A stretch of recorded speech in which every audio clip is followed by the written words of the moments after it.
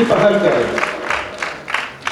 और जो शक्तिपीठ के व्यवस्थापक, शक्तिपीठ के जिम्मेदार यहाँ भाई बहन हैं, उनसे मैं करबद्ध निवेदन करूंगा कि आप इसको जरूर प्रोत्साहन दें।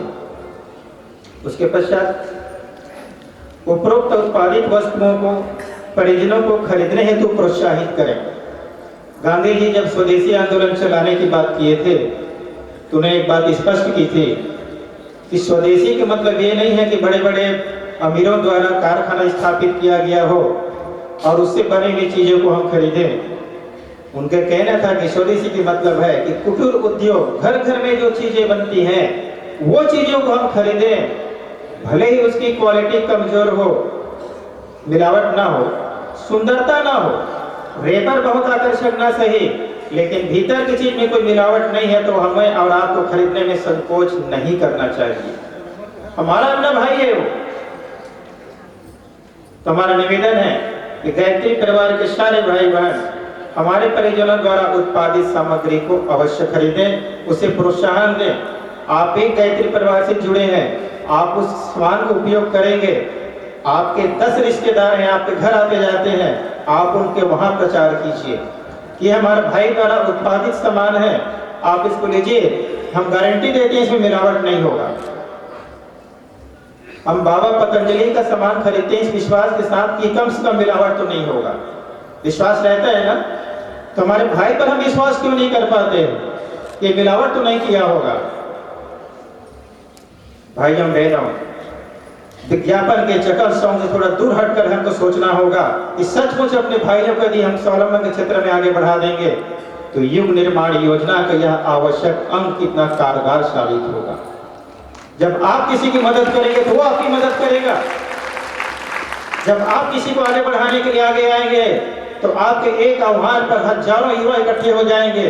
जिसने आपने स्वावलंबन दिया है आपका जीवन भर एक एहसान भी मानेगा। लेकिन इस काम को हमको धरातल पर उतारना होगा। हम ये संकल्प क्यों नहीं कर लेते कि जिले में जो भी सामान बनेंगे हमारे भाइयों द्वारा, प्राथमिकता हमारे घर में उनकी सामानों की रहेगी। यदि वो भाई वो सामान नहीं बना पाते हैं हम तब दूसरा सामान खरीदेंगे। यदि ये प्रतियोगिता शुरू हो जाए भाइयों बहनों, मुझे नहीं लगता कि ऐसा घर का अधिकांश सामान ऐसा रहेगा जिसका उत्पादन हमारे भाई लोग कर सकते हैं।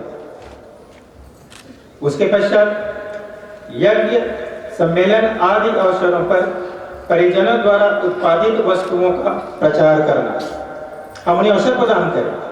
यह क्या होता है, सम्मेलन होता है, कोई भी हमारा आयोजन होता है, भाइयों द्वारा उत्पादित वस्तुओं का प्रचार प्रसार करने में हम सहयोग करें। हमें बहुत पीड़ा होती है जब वो भाई आयोजन में आते हैं और हमारे आयोजक उन्हें स्थान देने से भी मना करते हैं। बहुत पीड़ा होती है।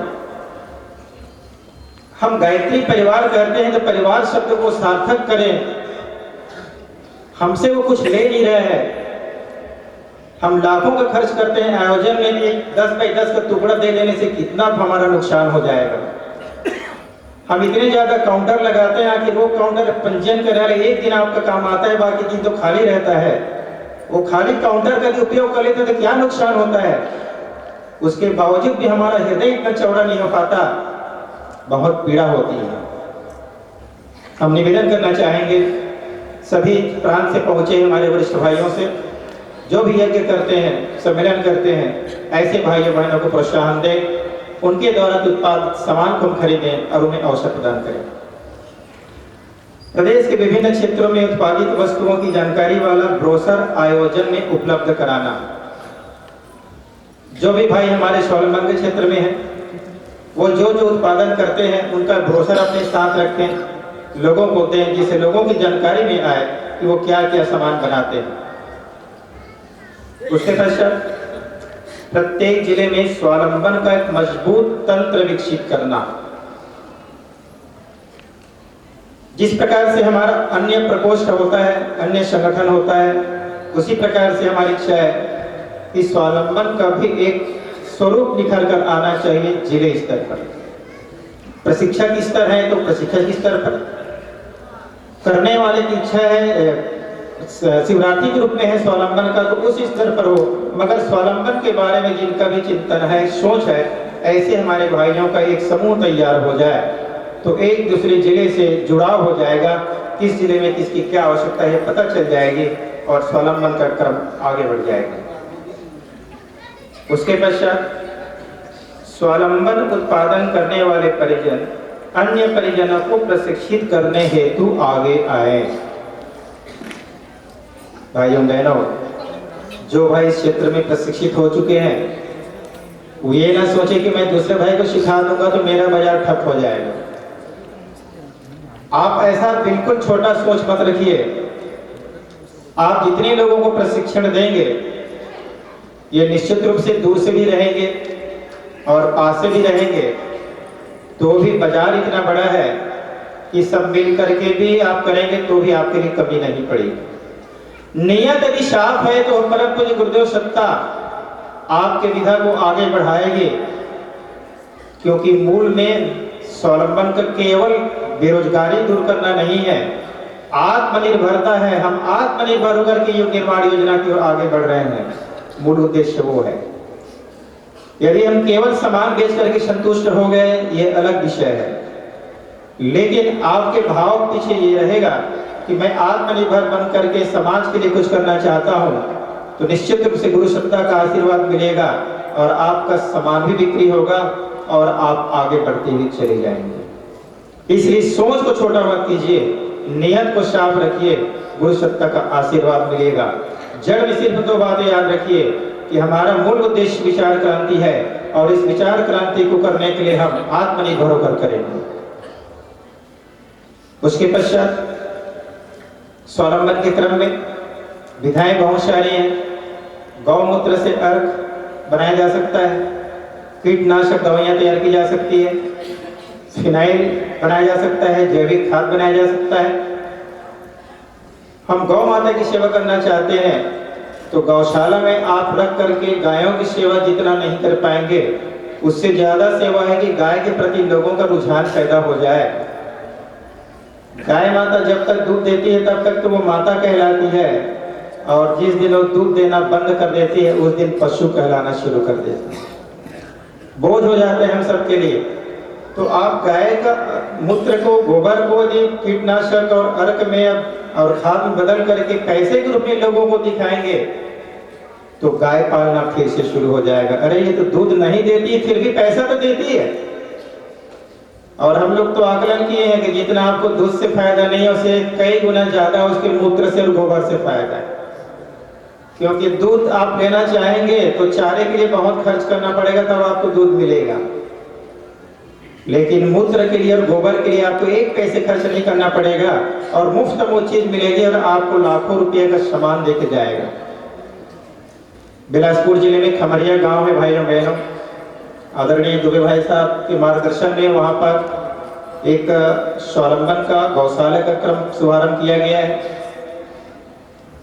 और हमें और आपको मुझे बताने में बड़ी खुशी हो रही है।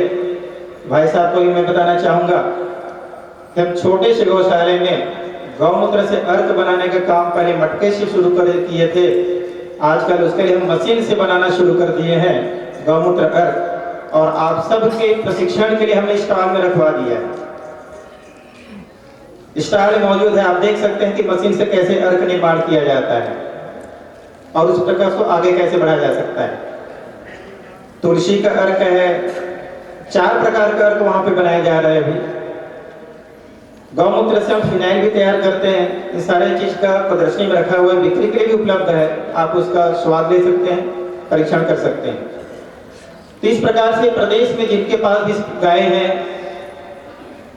ये गौ माता के माध्यम से अपने स्वावलंबन को आगे बढ़ा सकते हैं। तो भाइयों बहनों, तरीका तो 100 है, सिर्फ आप और हमें सोचना ये होगा कि हमें कुछ करना है तो आपको रास्ता अवश्य मिलेगा।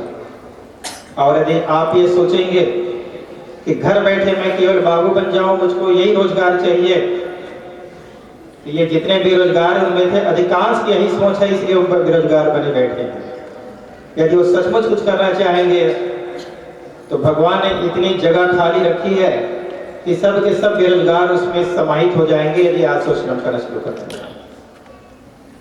भाइयों बहनों, स्वावलंबन निश्चित रूप से एक महत्वपूर्ण विषय है, लेकिन ये चर्चा का विषय नहीं, चिंतन का विषय है मंथन का विषय है, कुछ सोचने का विषय है, कुछ करने का विषय है। आपको और हमको पता है भाइयों। ठीक से मैं उस बस्तर क्षेत्र की ओर आना चाहूंगा। हमें कहते हैं कि इतने नक्सली पैदा हो गए, और नक्सली जितने हैं वो सब युवा ही हैं। आप और हम सब जानते हैं। कई कारण हैं उनके जाने के, उनके पास जबरन गए हो, स्वेच्छा से गए हो, लेकिन एक बहुत बड़ा कारण बेरोजगारी भी है भाइयों, बहुत बड़ा कारण बेरोजगारी भी है। मैं 2009 से लगातार बस्तर जाता हूँ, हर जिले में जाता हूँ, भाइयों से मिलता हूँ। ये बात सामने निकल करके आती है कि ये बेरोजगारी कहाँ से कहाँ ले जाती है।